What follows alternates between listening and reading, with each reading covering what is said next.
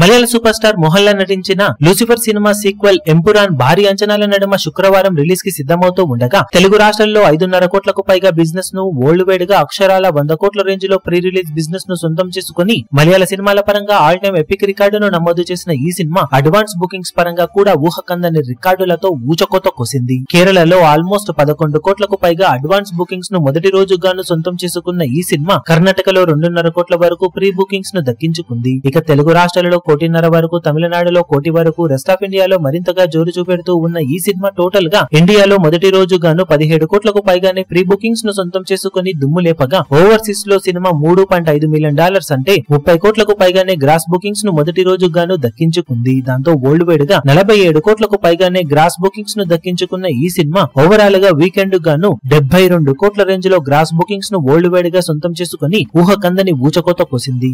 Present trend ను చూస్తూ ఉంటే వరల్డ్ వైడ్ గా సినిమా బాక్సాఫీస్ దగ్గర మొదటి రోజు ఇదే జోరును కొనసాగించినట్లయితే అవలీలాగా 55 నుండి 58 కోట్ల రేంజ్ లో గ్రాస్ ఓపెనింగ్స్ ని అందుకునే అవకాశం ఎంతైనా ఉందని చెప్పాలి. కేరళలో లియో ఓపెనింగ్స్ రికార్డులను అవలీలాగా బ్రేక్ చేసి కొత్త రికార్డును ఈ సినిమా నమోదు చేసే అవకాశం ఎంతైనా ఉంది. అలాగే వరల్డ్ వైడ్ గా కూడా మలయాళ సినిమాలలో ఏ సినిమా కళలో కూడా ఊహించని రేంజ్ ఓపెనింగ్స్ తో ఊచకోత కోయడానికి ఈ సినిమా సిద్ధమవుతూ ఉండటం విశేషం. మీరు ఈ సినిమా ఫస్ట్ డే ఎలాంటి కలెక్షన్ సాధించవచ్చు అని అనుకుంటున్నారో కింద కమెంట్ సెక్షన్ లో గెస్ చేయండి.